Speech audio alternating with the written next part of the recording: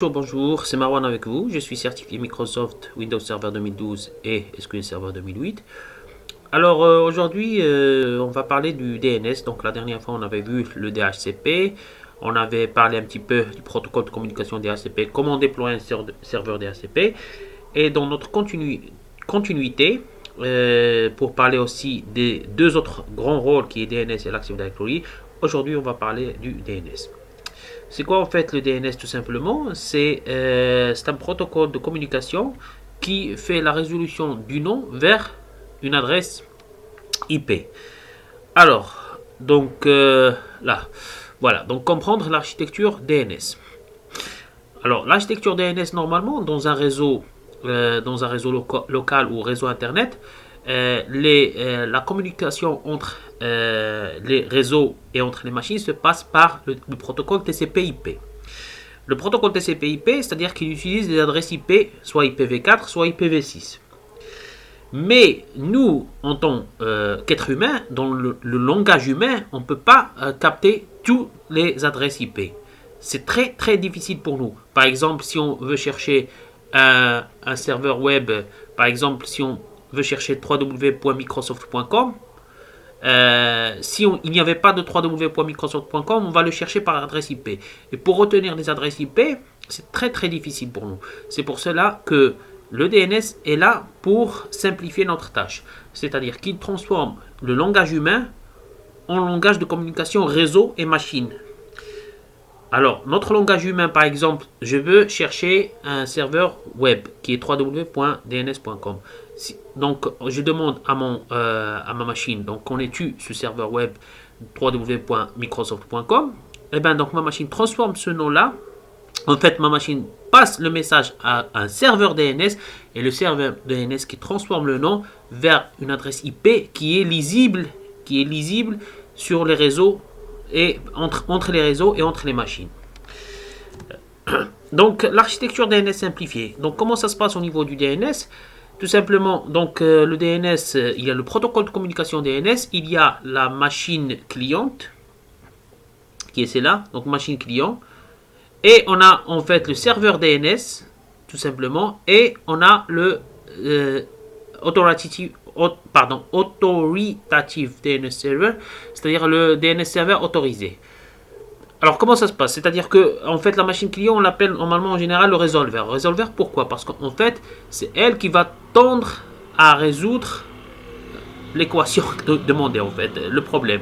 C'est-à-dire que par exemple comme j'ai dit, je vais demander à ma machine, je vais taper là sur le browser internet, donc Internet Explorer, je vais lui dire connais-tu www.microsoft.com? Ma machine, qu'est-ce qu'elle va faire? Elle va dire attends, je vais voir. Donc elle va transmettre la requête au serveur DNS.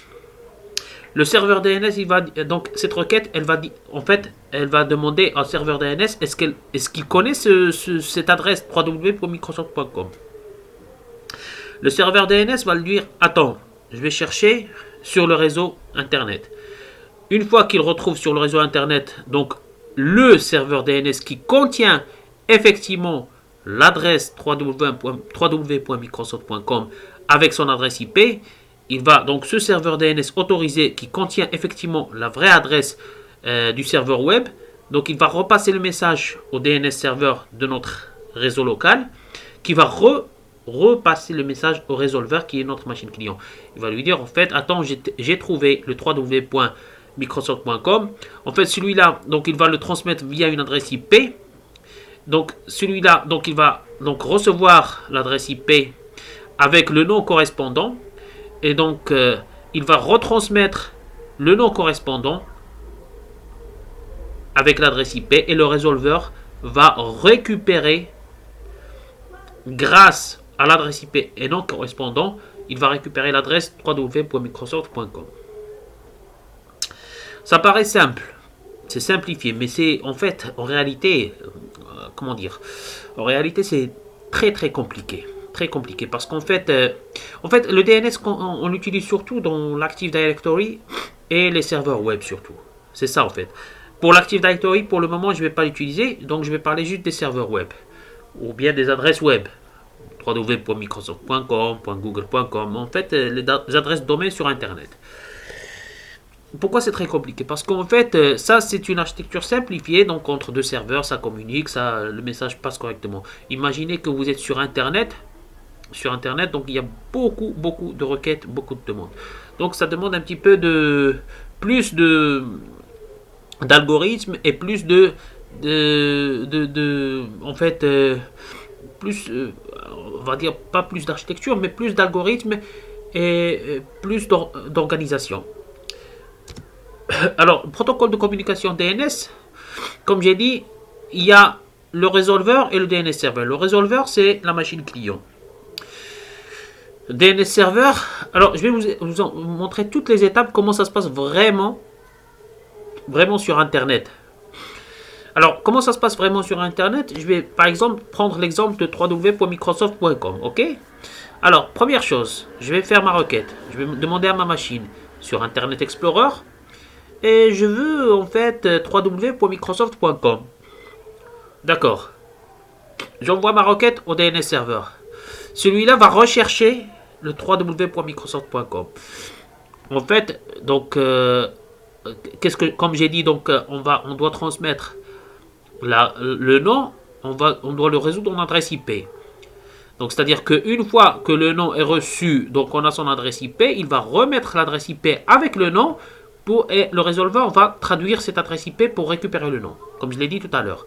Donc, bon, première requête, c'est que donc j'envoie la requête www.microsoft.com au serveur DNS.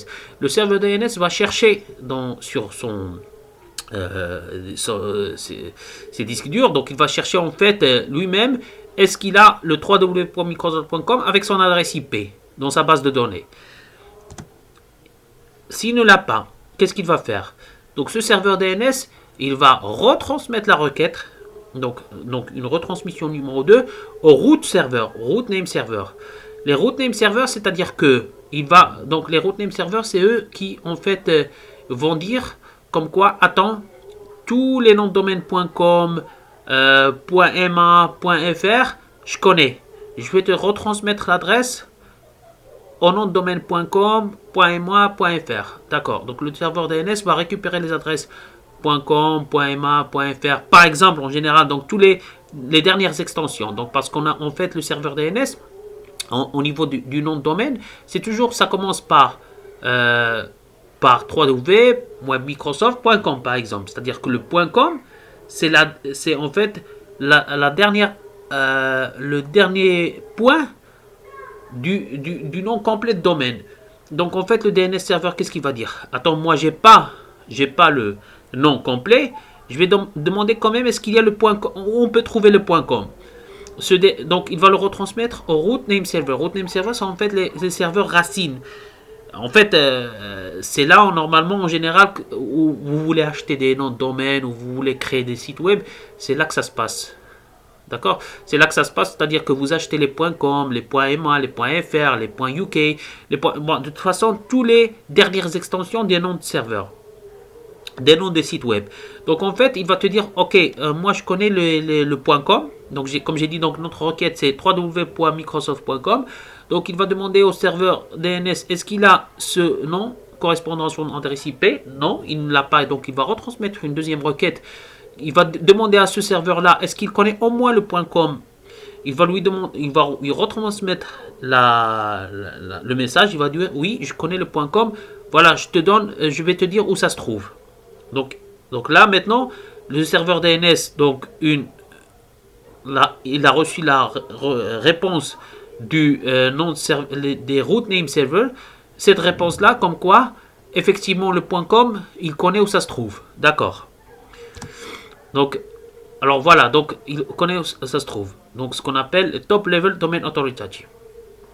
Donc, ok. Donc, je connais .com. Alors, ce serveur-là, il va lui dire, bon, il va demander à ce deuxième DNS, il va lui dire, est-ce que tu connais Microsoft.com? Donc, ce serveur-là DNS, il va lui dire, en fait, oui, effectivement, je connais Microsoft.com, je te retransmets son adresse.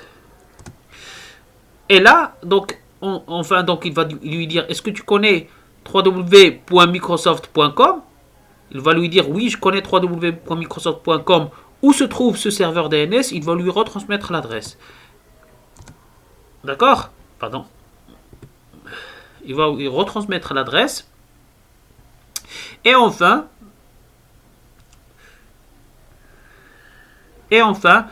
une fois qu'il retransmet l'adresse, il va lui dire, écoute, moi je sais où ça se trouve, www.microsoft.com, donc je vais te donner son adresse exacte. Il va retransmettre l'adresse exacte au serveur DNS, le premier serveur DNS, donc qui va retransmettre le nom www.microsoft.com avec son adresse IP. Et effectivement, la machine reçoit bien l'adresse exacte où se trouve le site web www.microsoft.com. Bien sûr, tout ça c'est très très rapide au niveau de notre Internet Explorer. Si on tape www.microsoft.com, c'est beaucoup très rapide. Mais en fait, je voulais juste vous expliquer que ça passe par plusieurs arborescences avant que la requête, la réponse n'arrive à notre machine. Notre machine qui est le résolveur. Vous voyez? Donc de toute façon, retenez bien ça. Un serveur DNS, c'est un serveur qui transmet le nom de domaine, surtout, comme j'ai dit, surtout on l'utilise surtout pour les adresses, le serveur web et l'Active Directory. L'Active Directory, je ne vais pas en parler pour le moment. Mais pour les adresses web, c'est-à-dire Microsoft.com, Google.com, si vous avez par exemple chez vous un site web que vous avez créé, il vous faut un serveur DNS. Donc ça passe par un serveur DNS. Pourquoi? Parce que le browser ou l'Internet Explorer, quand vous tapez le nom, par exemple, www.marwanletech.com, donc en fait notre serveur DNS, il doit connaître ce nom-là avec son adresse IP. S'il ne connaît pas, il va passer par plusieurs points, plusieurs absences avant de retrouver ce nom Marwan Le Tech avec son adresse IP. Et comme j'ai dit, les root name server, c'est là où vous achetez les noms de domaine si vous voulez créer un site web. Ça se passe chez le fournisseur d'accès Internet ou ISP, Internet Service Provider. C'est là où ils ont en fait les .com, .moi, .fr, .uk, tout ça en fait, toutes les dernières extensions qui sont vendues pour les personnes qui veulent créer un site web. Donc voilà, le serveur DNS, sa première tâche c'est de transformer le nom domaine vers une adresse IP et qui réplique le message au résolveur qui est notre machine client pour que l'adresse soit effectivement détectée et la page sur l'Internet Explorer ou le browser soit affiché. Voilà, j'ai dit l'essentiel au niveau du serveur DNS. Prochaine fois, on va bien sûr parler du déploiement du serveur DNS. Comme j'ai dit, donc comme vous voyez, donc on a vu l'architecture simplifiée, mais c'est trop compliqué, ça passe par plusieurs absences. Et comme j'ai dit, donc si vous voulez acheter un nom de domaine, c'est toujours ça se passe là, c'est les root name servers, c'est là où vous achetez les noms de domaine. Et normalement, les root name servers sont installés chez les fournisseurs d'accès Internet. Et c'est là où vous voulez acheter donc un nom de domaine, par exemple marwanletech.com ou un nom de domaine spécifique, les .com, .mo, .fr, .uk, ça se passe là en fait en général. Et donc en achetant un nom de domaine, vous pouvez créer un site web. D'accord? Donc bien sûr, vous pouvez appeler le fournisseur d'accès Internet pour l'achat du nom de domaine. Une fois que vous avez le nom de domaine, vous pouvez créer vous-même votre propre site web.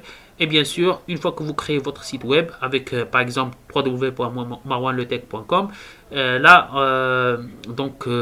les serveurs DNS, donc il va retenir le nom avec son adresse IP.